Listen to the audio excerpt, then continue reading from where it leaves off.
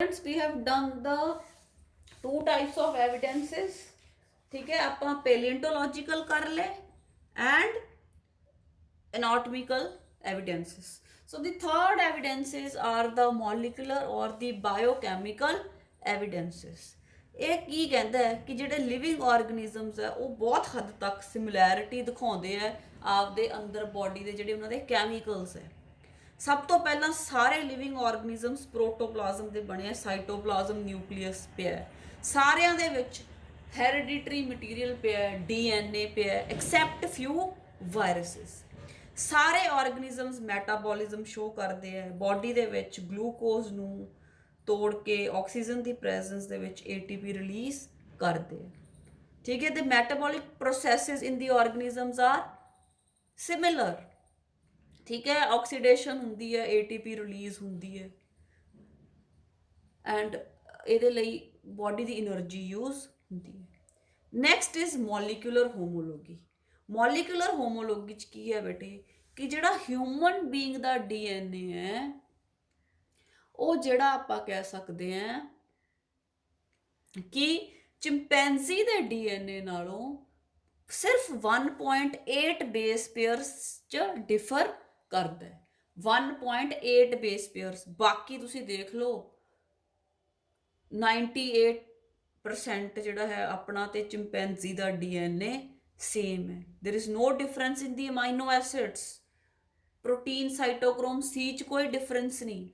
ਤਾਂ ਇਹਦੇ ਤੋਂ ਇਹ ਪਤਾ ਲੱਗਦਾ ਹੈ ਕਿ ਆਪਣਾ ਪੂਰਵਜ ਇਹ ਚਿੰਪੈਂਜੀ ਦਾ ਤੇ ਹਿਊਮਨ ਬੀਇੰਗਸ ਦਾ ਪੂਰਵਜ ਸੇਮ ਹੈ। This is the molecular ਹੋਮੋਲੋਜੀ। ਹਰ ਇੱਕ ਆਰਗੇਨਿਜ਼ਮ ਦੀ ਬੋਡੀ ਦੇ ਵਿੱਚ ਐਂਜ਼ਾਈਮਸ ਸੇਮ ਫੰਕਸ਼ਨ ਪਰਫਾਰਮ ਕਰਦੇ ਆ। ਟ੍ਰਿਪਸਿਨ ਹਰ ਇੱਕ ਆਰਗੇਨਿਜ਼ਮ ਦੇ ਵਿੱਚ ਪਿਆ ਹੈ, ਅਮਾਈਲੇਜ਼ ਹਰ ਇੱਕ ਆਰਗੇਨਿਜ਼ਮ ਦੇ ਵਿੱਚ ਪਿਆ ਹੈ। ਤਾਂ ਇੱਥੋਂ ਪਤਾ ਲੱਗਦਾ ਹੈ ਕਿ ਜਿਹੜੇ ਅੱਜ ਦੇ ਜੀਵ ਜੰਤੂ ਹੈ ਇਹ ਹੌਲੀ ਹੌਲੀ ਕਰਕੇ ਐਵੋਲਿਊਸ਼ਨ ਦੇ ਥਰੂ ਬਣੇ ਹੈ ਤੇ ਜਿਹੜੇ ਇਹਨਾਂ ਦੇ ਪੂਰਵਜ ਆ ਉਹ ਸੇਮ ਹੈ। ਹਾਰਮੋਨਸ ਜਿਹੜੇ ਹੈ ਉਹ ਵੀ ਸੇਮ ਪਾਏ ਜਾਂਦੇ, ਜਿਵੇਂ ਇਨਸੂਲਿਨ ਹੈ। ਠੀਕ ਹੈ, ਜਿਹੜੇ ਹਿਊਮਨ ਬੀਇੰਗਸ ਹੈ ਜਿਨ੍ਹਾਂ ਨੂੰ ਡਾਇਬਟੀਜ਼ ਹੁੰਦੀ ਹੈ ਉਹਨਾਂ 'ਚ ਇਨਸੂਲਿਨ ਦੇ ਇੰਜੈਕਸ਼ਨਸ ਲੱਗਦੇ, ਉਹ ਇਨਸੂਲਿਨ ਕਾਉਸ ਤੋਂ ਤੇ ਹੋਰ ਜਿਹੜੇ ਹੈਗੇ ਆ ਵਰਟੀਬ੍ਰੇਟਸ ਆ ਉਹਨਾਂ ਤੋਂ ਓਬਟੇਨ ਕੀਤੀ ਜਾ ਸਕਦੀ ਹੈ। ਇਹਦਾ ਮਤਲਬ ਹਾਰਮੋਨਸ ਵੀ ਵਰਟੀਬ੍ਰੇਟਸ ਦੇ ਸੇਮ ਹੈ। ਹਿਊਮਨ ਬੀਇੰਗਸ ਦੇ 4 ਬਲੱਡ ਗਰੁੱਪਸ ਹੈ, A, B, AB and O। ਜਿਹੜੇ ਏਪਸ ਹੈ ਠੀਕ ਹੈ ਉਹ ਵੀ ਉਹਨਾਂ ਦੇ ਵਿੱਚ ਵੀ AB ਬਲੱਡ ਗਰੁੱਪਿੰਗ ਹੈ। ਮੰਕੀ ਦੇ ਵਿੱਚ AB ਬਲੱਡ ਗਰੁੱਪਿੰਗ ਨਹੀਂ ਹੈ। ਤਾਂ ਇਹਦਾ ਮਤਲਬ ਕੀ ਹੈ ਕਿ ਹਿਊਮਨ ਬੀਇੰਗਸ ਤੇ ਏਪਸ ਦੀ ਸਿਮਿਲੈਰਿਟੀ ਜ਼ਿਆਦਾ ਹੈ ਤੇ ਮੰਕੀਜ਼ ਨਾਲੋਂ ਹਿਊਮਨ ਬੀਇੰਗਸ ਦੀ ਸਿਮਿਲੈਰਿਟੀ ਘੱਟ ਹੈ। ਤਾਂ ਹਿਊਮਨ ਬੀਇੰਗਸ ਦੇ ਤੇ ਏਪਸ ਦੇ ਪੂਰਵਜ ਸੇਮ ਹੈ। ਦਿਸ ਇਜ਼ ਦੀ ਬਾਇਓਕੈਮੀਕਲ ਐਵੀਡੈਂਸਿਸ ਔਰ ਦੀ ਮੋਲੀਕੂਲਰ ਐਵੀਡੈਂਸਿਸ। ਆਪਣੀ ਬੋਡੀ ਦੇ ਅੰਦਰ ਪ੍ਰੋਟੀਨਸ, ਅਮਾਈਨੋ ਐਸਿਡਸ, DNA, ਇਹਨਾਂ ਹਾਰਮੋਨਸ ਤੋਂ ਪਤਾ ਚੱਲਦਾ ਹੈ ਕਿ ਜਿਹੜਾ ਹੈ ਵੀ have a common ancestry. Next student are the embryological evidences. Embryo ਆਪਾਂ ਸਮਝ ਸਕਦੇ ਹਾਂ, ਜ਼ਾਈਗੋਟ ਤੋਂ ਬਣ ਜਾਂਦਾ ਹੈ embryo, a few celled structure we can call it as a embryo. ਤਾਂ ਐਮਬ੍ਰੀਓਲੋਜੀਕਲ ਐਵੀਡੈਂਸਿਸ ਕਿਵੇਂ ਪਤਾ ਲੱਗਦਾ ਹੈ ਕਿ ਜਿੰਨੇ ਵੀ ਵਰਟੀਬ੍ਰੇਟਸ ਹੈ ਉਹਨਾਂ ਦੇ ਐਮਬ੍ਰੀਓਜ਼ ਸੇਮ ਹੁੰਦੇ ਆ। ਤੁਸੀਂ ਹਿਊਮਨ ਬੀਇੰਗ ਦਾ ਐਮਬ੍ਰੀਓ, ਰੈਬਿਟ ਦਾ ਐਮਬ੍ਰੀਓ ਦੇਖੋਗੇ ਤਾਂ ਪਹਿਲਾਂ ਪਤਾ ਹੀ ਨਹੀਂ ਲੱਗਣਾ, ਫਿਸ਼ ਦਾ ਦੇਖੋਗੇ ਪਤਾ ਹੀ ਨਹੀਂ ਲੱਗਣਾ ਕਿ ਇਹ ਕਿਹਦਾ ਐਮਬ੍ਰੀਓ ਹੈ। ਠੀਕ ਹੈ, ਐਮਬ੍ਰੀਓਜ਼ of the ਵਰਟੀਬ੍ਰੇਟਸ, sorry rabbit, mammals ਜਿੰਨੇ ਵੀ ਹੈ ਉਹਨਾਂ ਦਾ ਜੇ ਦੇਖੋਗੇ ਤੁਸੀਂ ਫਿਸ਼ ਨਾਲੋਂ ਡਿਫਰੈਂਟ ਹੋਊਗਾ ਪਰ ਆਪਸ ਵਿੱਚ ਇਹਨਾਂ ਦੇ ਐਮਬ੍ਰੀਓਜ਼ ਸੇਮ ਹੋਣਗੇ। ਠੀਕ ਹੈ, ਪਰ ਬਾਅਦ 'ਚ ਜਿਵੇਂ ਹੁਣ ਆਪਣਾ ਤੇ ਰੈਬਿਟ ਦਾ ਕਿੰਨਾ ਫਰਕ ਹੈ। All the embryos of the vertebrates develop a row of vestigial gill slits just behind the head. ठीक है, पर ये ਜਿਹੜੇ gill slits है they are functional only in the fishes। ਤਾਂ ਇਹਦਾ ਤੋਂ ਕੀ ਪਤਾ ਲੱਗਦਾ ਹੈ ਕਿ ਆਪਾਂ ਸਾਰੇ ਕਿੱਥੋਂ ਬਣੇ ਆ, ਫਿਸ਼ਿਸ ਤੋਂ ਬਣੇ ਆ। ਫਿਸ਼ਿਸ ਦੇ ਵਿੱਚ ਗਿਲ ਸਲਿਟਸ ਕੰਮ ਕਰਦੀਆਂ ਪਰ ਆਪਣੇ 'ਚ ਹੁਣ ਕੰਮ ਕਰਨਾ ਬੰਦ ਕਰਤਾ। ਪਤਾ ਕਿੱਥੋਂ ਲੱਗਦਾ ਹੈ ਕਿਉਂਕਿ ਆਪਣੇ ਐਮਬ੍ਰੀਓ ਦੇ ਵਿੱਚ, ਵਰਟੀਬ੍ਰੇਟਸ ਦੇ ਐਮਬ੍ਰੀਓ ਦੇ ਵਿੱਚ ਵੀ ਗਿਲ ਸਲਿਟਸ ਇੱਕ ਵਾਰੀ ਬਣਦੇ ਹੈ। ਉਸ ਤੋਂ ਬਾਅਦ ਬੇਟੇ ਆਉਂਦਾ ਹੈ ਰੀਕੈਪਚੁਲੇਸ਼ਨ ਥਿਊਰੀ। ਸਾਇੰਟਿਸਟ ਦਾ ਨਾਮ ਹੈ ਵੌਨ ਬੇਅਰ, ਜਿਨ੍ਹਾਂ ਨੇ 1828 ਦੇ ਵਿੱਚ ਥਿਊਰੀ ਦਿੱਤੀ ਤੇ ਇਸ ਥਿਊਰੀ ਦਾ ਬੇਟੇ ਨਾਮ ਬਦਲਤਾ, ਰੀਕੈਪਚੁਲੇਸ਼ਨ ਥਿਊਰੀ ਦਾ ਨਾਮ ਦੇਤਾ ਬਾਇਓਜੈਨੇਟਿਕ ਲਾਅ ਬਾਏ ਅਰਨਸਟ ਹੈਕਲ। ਇਹਦੇ ਵਿੱਚ ਉਹਨਾਂ ਨੇ ਦੱਸਿਆ ਓਂਟੋਜੈਨੀ ਰਿਪੀਟਸ ਫਾਈਲੋਜੈਨੀ। ਓਂਟੋਜੈਨੀ ਦਾ ਮਤਲਬ ਹੈ development of embryo, phylogeny is the development of the race.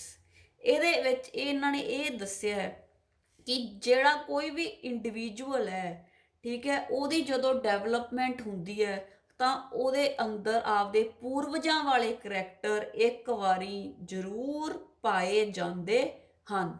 ਕਿ ਜਦੋਂ ਕੋਈ ਜਿਹੜਾ ਆਰਗਨਿਜ਼ਮ ਹੈ, ਜਦੋਂ ਉਹਦੀ ਡਿਵੈਲਪਮੈਂਟ ਹੁੰਦੀ ਹੈ, ਉਹ ਆਪਦੇ ਪੂਰਵਜਾਂ ਵਾਲੀਆਂ ਸਟੇਜਿਸ ਤੋਂ ਜ਼ਰੂਰ ਨਿਕਲਦੇ ਹੈ। ਜਿਵੇਂ ਮੈਂ ਕਿਹਾ ਵੀ ਆਪਣੇ ਵੀ ਫਿਸ਼ਿਸ ਆਪਣੇ ਬਹੁਤ ਗਾਂ ਦੇ ਪੂਰਵਜ ਹੈ, ਇਸ ਕਰਕੇ ਗਿਲ ਸਲੀਟਸ ਤੋਂ ਪਤਾ ਲੱਗਦਾ।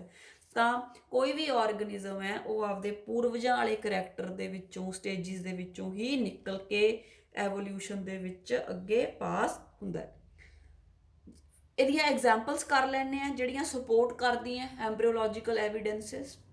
Presence of fish like characters like gills, frogs ਦੇ ਵਿੱਚ ਹੈ ਨਾ ਗਿਲਸ ਹੈ, ਉਹ ਐਮਫੀਬੀਅਨਸ ਹੈ, and tail in the tadpole larva of the frog. Frog ਵੱਡਾ ਹੋ ਕੇ ਉਹਦੇ ਵਿੱਚ ਟੇਲ ਨਹੀਂ ਹੁੰਦੀ, ਪਰ ਜਦੋਂ ਫਰੌਗ ਦੀਆਂ ਛੋਟੀਆਂ ਜਿਹੜਾ ਲਾਰਵਾ ਹੁੰਦਾ ਉਹਦੇ ਵਿੱਚ ਟੇਲ ਹੁੰਦੀ ਹੈ। ਇਹ ਤੋਂ ਕੀ ਪਤਾ ਲੱਗਦਾ ਹੈ? Amphibians have evolved from fish like ancestors. Next example ਹੈ ਬੇਟੇ ਓਕ ਟਰੀਜ਼ ਹੁੰਦੇ ਆ ਜਿਹੜੇ ਨਾਰਥ USA ਦੇ ਹੈ ਤੇ ਸਾਊਥ USA ਦੇ, ਉਹ ਡਿਫਰੈਂਟ ਹੈ। ਨਾਰਥ USA ਵਾਲੇ ਡੈਸੀਡੀਅਸ ਹੈ ਤੇ ਸਾਊਥ ਵਾਲੇ ਆ ਜਿਹੜੇ ਐਵਰਗ੍ਰੀਨ ਹੈ। ਨਾਰਥ USA ਵਾਲੇ ਜਿਹੜੇ ਹੈ, ਜਿਹੜੇ ਉਹਨਾਂ ਦੇ ਬੀਜ ਹੈ, ਠੀਕ ਹੈ, ਉਹ ਐਵਰਗ੍ਰੀਨ ਪੈਦਾ ਕਰਦੇ ਆ। ਤਾਂ ਇੱਥੋਂ ਕੀ ਪਤਾ ਲੱਗਦਾ ਹੈ, ਠੀਕ ਹੈ, deciduous nature has developed later, right. Next example is of the gymnosperms. ਆਪਾਂ ਸੁਣੇ ਹੈ ਸਾਈਕਸ, ਜਿੰਕੋ ਬਾਇਲੋਬਾ, ਠੀਕ ਹੈ, ਇਹ ਪ੍ਰਿਮਿਟਿਵ ਜਿਮਨੋਸਪਰਮਸ ਹੈ। ਜਿਹੜੇ ਜਿਮਨੋਸਪਰਮਸ ਹੁੰਦੇ ਆ ਬੇਟੇ, ਉਹ ਆਪਾਂ ਕਿਹਾ ਜਿਹੜੇ ਟਰੀਡੋਫਾਈਟਸ ਹੁੰਦੇ ਆ ਉਹਨਾਂ ਨੂੰ ਆਪਾਂ ਕਿਹਾ ਐਮਫੀਬੀਅਨਸ ਆਫ ਪਲਾਂਟ ਕਿੰਗਡਮ, ਕਿਉਂਕਿ ਉਹ they are dependent upon water for the transport of there sperms. ਪਰ ਜਿਹੜੇ ਜਿਮਨੋਸਪਰਮਸ ਹੈ, ਜਿਵੇਂ ਆਪਾਂ ਕਰਦੇ ਆ ਬਹੁਤ ਸਾਰੇ ਆਪਾਂ ਸਟੱਡੀ ਕੀਤੇ ਆ, ਜਿਵੇਂ ਜਿਹਨੂੰ ਆਪਾਂ ਕਹਿੰਦੇ ਆ ਮੋਰ ਪੰਖ and all, they are all gymnosperms, ਉਹਨਾਂ ਨੂੰ ਕੋਨਸ ਲੱਗਦੇ ਆ। ਤਾਂ ਆਪਾਂ ਕਿਹਾ they are true land plants. ਪਰ ਸਟਿਲ ਜਿਹੜੇ ਪ੍ਰਿਮਿਟਿਵ ਜਿਮਨੋਸਪਰਮਸ ਹੈ ਜਿਵੇਂ ਕਿ ਸਾਈਕਸ, ਜਿੰਕੋ, they have flagellated sperms and they need water for fertilization, ਠੀਕ ਹੈ। ਇੱਥੋਂ ਪਤਾ ਲੱਗਦਾ ਹੈ ਕਿ ਜਿਹੜੇ ਜਿਮਨੋਸਪਰਮਸ ਹੈ ਉਹ ਟਰੀਡੋਫਾਈਟਸ ਤੋਂ ਹੀ ਬਣੇ ਹਨ।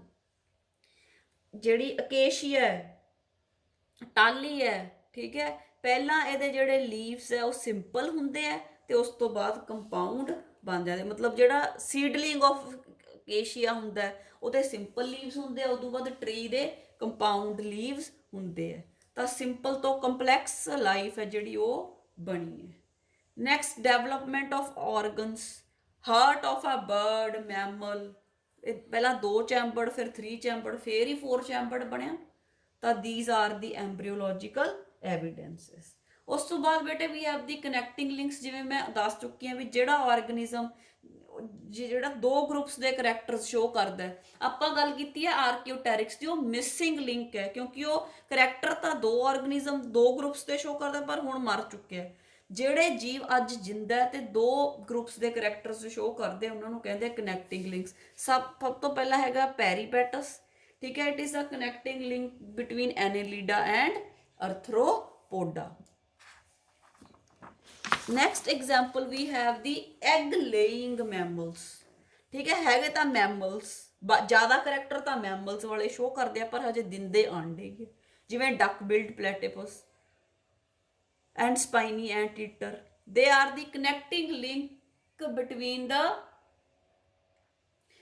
the reptiles and the mammals, ठीक है। duck billed platypus, it lays eggs, it is a character of reptile, it has hairs and mammary glands, it is a character of mammals।